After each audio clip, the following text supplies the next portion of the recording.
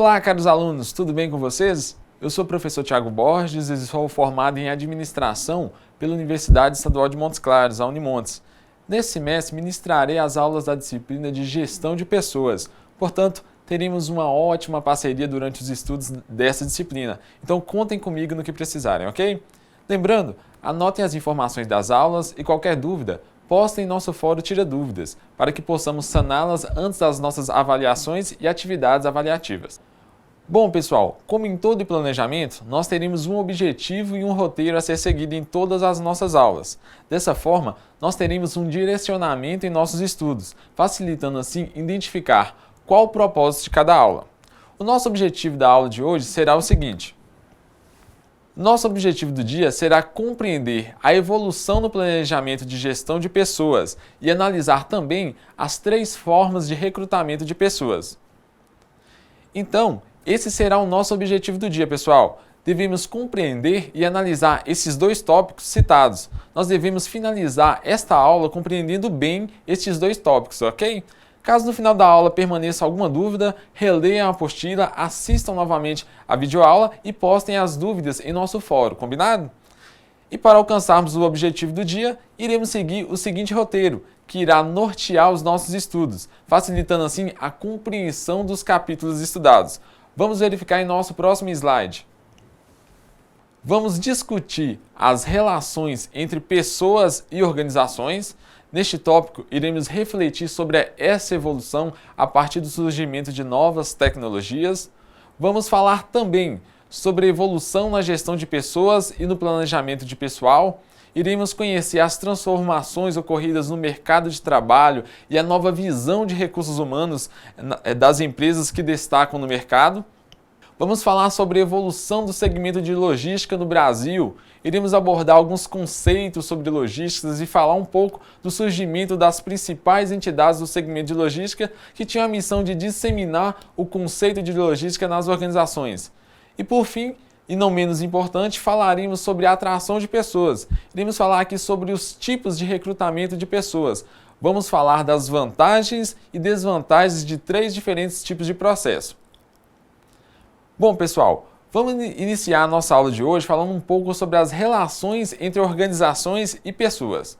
O que vocês pensam quando falamos em relação entre pessoas e organizações? O que seria essa relação? Bom, pessoal, quando falarmos da relação entre pessoas e organizações, pessoas e empresas, estaremos nos referindo ao convívio entre as 2 partes, o acordo, o trato firmado entre as 2 partes envolvidas. Estaremos nos referindo no dia a dia do contratante e do contratado. Estaremos falando dos objetivos em comum, dos investimentos realizados e da troca de benefícios entre um e outro, ok? Sem dúvida alguma, houve um avanço, houve uma evolução considerável nos benefícios, nos resultados e na relação da organização e das pessoas. Diferentemente de alguns anos atrás, onde as pessoas, os empregados, eram vistos apenas como máquinas, onde as empresas, as organizações não levavam em consideração os desejos, a satisfação e o bem-estar dos trabalhadores, com certeza houve uma evolução nesses quesitos. Porém, ainda assim podemos observar que a valorização das pessoas tem um longo caminho para se desenvolver. Muitos gerentes, líderes e empresários ainda apostam mais, investem mais em novas tecnologias e deixam em segundo plano a valorização das pessoas, recebendo assim menos investimento comparado a outros setores da empresa ou organização. É fácil encontrarmos em várias reportagens sobre grandes investimentos em novas frotas para a melhoria dos transportes, novos sistemas de planejamento, controle, manutenção em estoque. Porém, o percentual de investimento disponibilizado para o treinamento e desenvolvimento, benefícios e cuidados com a qualidade de vida dos trabalhadores tende a ser bem menor. Alguns autores já se posicionam a favor dessa inversão de prioridades e exaltam a importância das pessoas dentro das organizações, pois são elas as responsáveis pelo alcance dos objetivos e missões das empresas. Vamos analisar as afirmativas a seguir. Bom, pessoal, segundo Xavier-Nato, as organizações funcionam por meio das pessoas, que delas fazem parte e que decidem e agem em seu nome. As organizações são constituídas de pessoas e dependem delas para atingir os objetivos e cumprir suas missões. E para as pessoas, as organizações constituem um meio através da qual elas podem alcançar vários objetivos pessoais. A partir dessa afirmativa, pessoal, podemos identificar dois pontos importantes em relação à organização e pessoas. Podemos verificar, primeiramente, a importância das pessoas dentro das organizações, pois são elas responsáveis pelas buscas dos objetivos organizacionais. O outro ponto está relacionado com a interdependência entre indivíduos e organizações, já que, embora as pessoas são responsáveis pelos objetivos organizacionais, os indivíduos, ao mesmo tempo, possuem seus objetivos particulares. Dessa forma, ambos os objetivos serão alcançados através da troca existente e na clareza daquilo que cada uma das partes pretendem atingir. Sendo assim, é importante e necessário que não somente as organizações tenham seus objetivos estratégicos claros e bem definidos, como também os indivíduos que delas participam também tenham claro e bem definido tanto seus objetivos de vida, que são seus objetivos pessoais, quanto o objetivo de carreira, pois sempre haverá uma troca entre as duas partes envolvidas. E caso não haja compatibilidade entre os dois objetivos, valores, crença e a própria missão de cada um dos envolvidos, ficará muito mais árduo, muito mais difícil atingir os resultados esperados. Ok, pessoal? Compreendido? Pois bem, pessoal, nós sabemos que as transformações e mudanças no mundo organizacional têm ocorrido numa velocidade indiscutível. E da mesma forma que os profissionais necessitam estarem atualizados, bem informados e atentos às mudanças, com as organizações também não são diferentes. Elas terão que ter essa mesma preocupação com as mudanças no cenário organizacional. Antigamente, pessoal, não havia nenhuma preocupação com o bem-estar do indivíduo, com o bem-estar do trabalhador. Entendia-se que o profissional era movido pelo que ganhava, ou seja, entendia-se que a única motivação do trabalhador era apenas o seu salário. Com a evolução da relação organização e pessoas, com a evolução na gestão de pessoas, à medida que o mercado de trabalho foi evoluindo, novos estudos mostraram a importância dos indivíduos para a organização e os resultados por elas esperados. Então, pessoal, as empresas inteligentes perceberam que o melhor é investir e oferecer um ambiente de trabalho com condições de evolução na carreira. Assim, essas empresas correm menos risco de perder seus talentos. Por outro lado, os profissionais devem contribuir se qualificando e se empenhando o máximo possível, realizando assim uma troca entre as partes envolvidas. Vamos verificar as bases teóricas de alguns autores. Mota apresenta uma visão mais voltada para o trabalhador, onde ela afirma: é necessário que você se preocupe com sua empregabilidade, que se responsabilize pelo seu emprego e reforce a visão de competências permanente, atualizada e sua responsabilidade. A busca constante pela atualização é fundamental para acompanhar os avanços tecnológicos. Já os autores abaixo já apresentam uma visão mais voltada para a organização, onde afirmam: uma organização precisa inovar e transformar-se, tendo um autocrítico que lhe possibilite aprender continuamente, tornando-se um sistema de aprendizado altamente eficaz para melhorar o trabalho de hoje e, ao mesmo tempo, preparar-se de forma agressiva para o trabalho de amanhã. Essa empresa será mais bem-sucedida do que aquelas que encaminham para estabilidade e complacência. Ou seja, pessoal, ambas as partes, o trabalhador e a organização, devem se qualificarem para que possam estar atentos e adequarem às mudanças ocorridas no cenário organizacional, atingindo assim o sucesso. Ok, pessoal? Compreendido? Pessoal, uma outra área que merece uma atenção, que também ocorreu uma evolução ao longo desses anos, foi a evolução da área de logística. O setor de logística tem crescido de forma expressiva no Brasil e, com isso, houve uma demanda por profissionais especializados na área para que esse setor não parasse de crescer. No entanto, há uma carência de executivos e profissionais especializados no segmento. Com essa gama de vagas não preenchidas, houve a necessidade de buscar profissionais de outras áreas para compensar a deficiência identificada no mercado nacional. Para compensar a deficiência identificada no setor em questão. Vamos verificar essa evolução nos próximos slides.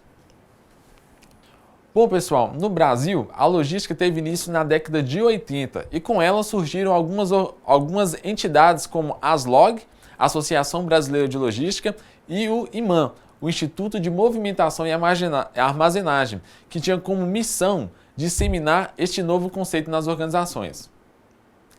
A ASLOG, pessoal, é uma organização de estudo, debate e divulgação da logística e do supply chain no Brasil. Ela é uma entidade sem fins lucrativos e sua finalidade é promover a logística através da integração de seus associados, prestando serviços, captando informações, disseminando conhecimentos, exercendo assim a política e contribuindo para o aumento da competitividade do setor. Já o IMAM é um grupo constituído por um editor e por uma consultoria, onde publicam livros, vídeos e realizam treinamentos na área de logística. A ASLOG define a logística como processo de planejar, implementar e controlar eficientemente ao custo correto o fluxo e armazenagem de matéria-prima, estoque durante a produção e produtos acabados, desde o ponto de origem até o consumidor final, visando atender os requisitos do cliente.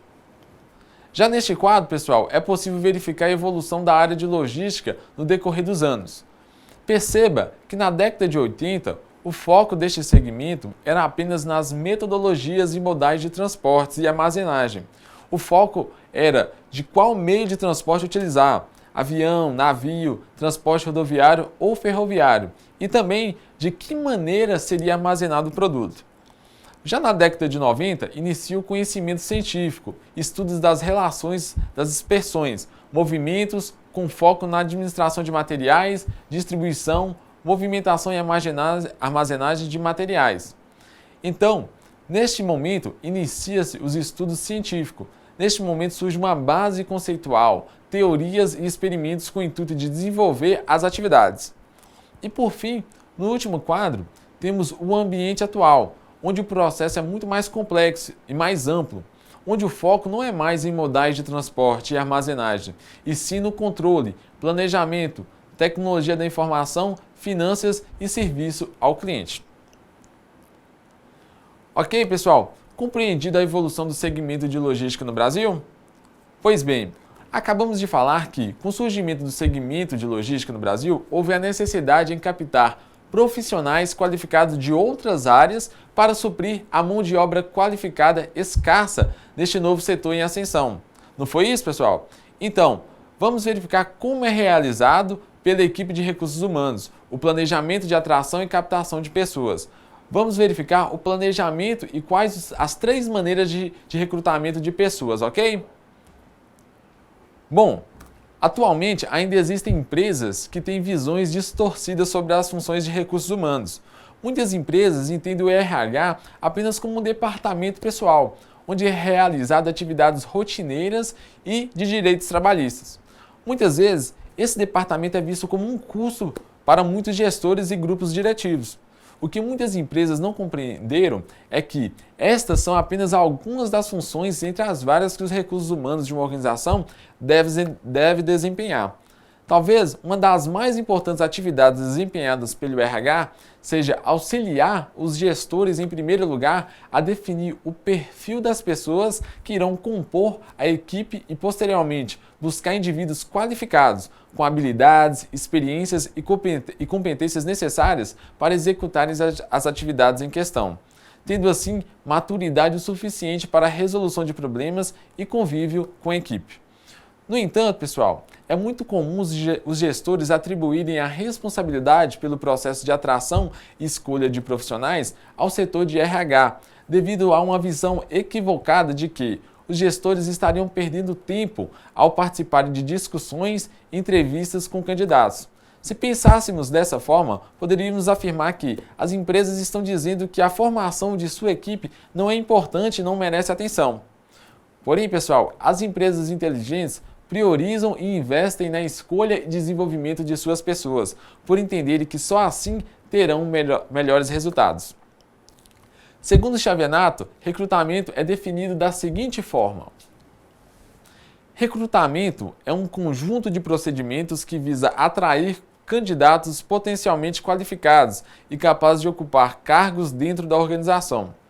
Este processo ocorre da seguinte forma, pessoal. Primeiramente, os recrutadores precisam conhecer as especificações do cargo, saber quais as responsabilidades e atividades serão desempenhadas, compreendendo assim quais os conhecimentos, habilidades e capacidades exigidas da pessoa que executa o trabalho. Em seguida, cabe ao recrutador entrar em contato com a chefia imediata da vaga, pois dessa forma ele poderá obter informações relevantes para a contratação. O RH deve analisar e escolher a melhor forma de buscar profissionais que se encaixem nas necessidades da organização. E, por fim, deverá definir o aspecto administrativo que o recrutador possa iniciar o recrutamento propriamente dito. Bom, pessoal, após realizar e definir as etapas anteriores, chega o momento de definir os tipos de recrutamento que serão utilizados no processo de recrutamento e atração de pessoas. De acordo com o nosso caderno de estudos, existem 3 maneiras de realizar o recrutamento. São eles: o recrutamento interno, o recrutamento externo e o recrutamento misto, que será a conciliação dos 2 primeiros tipos de recrutamento. Cada um deles apresenta vantagens e desvantagens. Portanto, é necessário que antes de iniciar o processo seletivo, os recrutadores realizem uma análise em conjunto com o gestor da área solicitante para verificar qual será a forma de recrutamento mais vantajosa para a empresa ou organização. Pois bem, pessoal, vamos iniciar falando um pouco sobre o recrutamento interno. Esse tipo de processo geralmente é o mais utilizado pelas empresas, pois é uma forma de valorizar seus colaboradores e reter seus talentos dentro da empresa, pois dessa forma as empresas concedem oportunidades de crescimento aos seus colaboradores. Compreendido? Porém, há um grande requisito para executar esse tipo de processo. Os colaboradores da empresa têm que estar preparados para participar, ou seja, eles tenham que ter desenvolvido ao longo do tempo habilidade e competências para assumir uma nova posição na empresa ou organização. Caso contrário, não haverá possibilidade para fechar as vagas internamente. Quantas vezes, pessoal, reclamamos que as empresas onde trabalhamos não dão oportunidade para assumir novos cargos em nosso trabalho? Porém, muitas vezes nós esquecemos dos principais motivos. Será que estou realmente preparado para assumir um novo cargo? Faça uma reflexão. Eu tenho me preparado para assumir novas oportunidades em meu trabalho? Você está preparado para ocupar cargos de maior complexidade? Você está realmente preparado para participar dos processos internos de sua organização? Esses questionamentos o ajudará a saber o que você necessita fazer para se preparar para as novas oportunidades. Será que você necessita de um curso de inglês ou um novo curso técnico? Quem sabe um curso avançado em informática? Faça essa reflexão. Dando continuidade ao processo de recrutamento interno, vamos verificar as definições a seguir. O recrutamento interno é o processo de localizar e incentivar candidatos potenciais internos a concorrer às vagas existentes na empresa. Então, pessoal, a decisão por esse processo deve ser discutida de forma clara com o gestor da área. Os recrutamentos internos são realizados para suprir vagas nas seguintes situações: quando há transferências internas, promoções, transferências com promoções, plano de carreira e programas de desenvolvimento de pessoas. Como todos os candidatos são internos, as formas de divulgação do processo seletivo será realizada através de edital, e-mail ou pela intranet da instituição.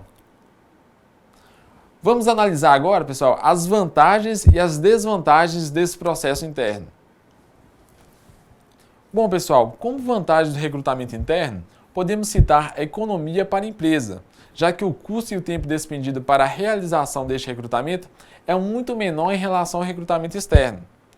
Outra vantagem que podemos citar é o aproveitamento do potencial interno da organização, ou seja, é concedido oportunidade para os trabalhadores assumirem novos cargos, aproveitando assim os colaboradores em outros cargos estratégicos. Esse tipo de recrutamento é mais rápido do que o recrutamento externo, pois as informações e atividades são realizadas internamente, agilizando muito mais o processo. O recrutamento interno proporciona também um maior índice de segurança, já que o colaborador que assumirá a vaga é conhecido pela empresa. Há relatórios do seu perfil e desempenho já executados na empresa, ou seja, eles já possuem um histórico junto à empresa, junto à organização. A empresa aproveita os investimentos realizados com treinamento e desenvolvimento, ou seja, ao longo do tempo a empresa investiu recursos financeiros para treinar e qualificar seus funcionários. Dessa forma, ela realizou investimento ao longo dos anos em seus funcionários e será muito gratificante para a organização promover um funcionário em que ela investiu e qualificou ao longo dos anos. E por fim, a empresa estimula a competição saudável interna entre os funcionários, já que será entendido que os funcionários que se destacarem e tiverem ótimos desempenhos poderão assumir novas oportunidades. Por outro lado, o recrutamento interno pode gerar frustrações quando a empresa perceber que não tem profissionais qualificados para ocuparem novos cargos. O recrutamento interno pode gerar conflitos, caso os gerentes e diretores não saibam administrar a concorrência saudável entre os funcionários.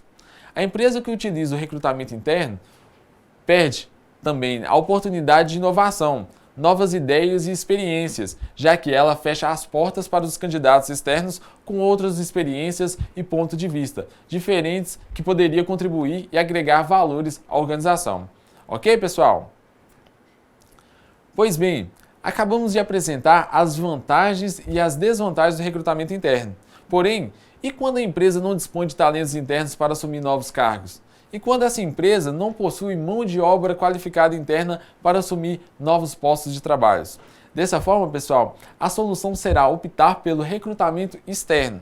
A solução será optar por um tipo de recrutamento que propiciará uma nova mão de obra qualificada externa, ok? A empresa passará a buscar candidatos disponíveis no mercado, ou então profissionais que já estão atuando em outras empresas.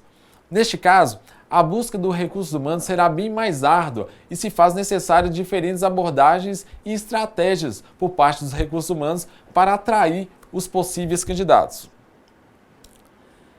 Lembrando, pessoal, que independente do tipo de recrutamento escolhido, interno ou externo, é importante lembrar que a empresa precisa informar a definição de cargo, remuneração e benefícios que serão oferecidos. Dessa forma, a empresa deve definir quais as fontes de comunicação irá utilizar. Vamos verificar nos slides a seguir a evolução das fontes de recrutamento. Bom, pessoal, as fontes de recrutamento também seguiram a evolução e da tecnologia. Antigamente, as fontes de recrutamento, a fonte de comunicação e atração de candidatos eram as seguintes. Era muito comum encontrar placas na portaria da empresa. As empresas colocavam essas placas na entrada ou em locais visíveis para que as pessoas soubessem que naquele estabelecimento estavam contratando. Os arquivos físicos, as informações pessoais eram armazenadas nos estabelecimentos para quando surgisse alguma oportunidade, a empresa entrar em contato. Anúncios em jornais e rádios eram os meios de comunicações mais utilizados, antigamente. Contatos com sindicatos e empresas do mesmo segmento, com o intuito de buscar informações e indicações de profissionais para a contratação. E por fim, cartazes e folhetos afixados em locais apropriados.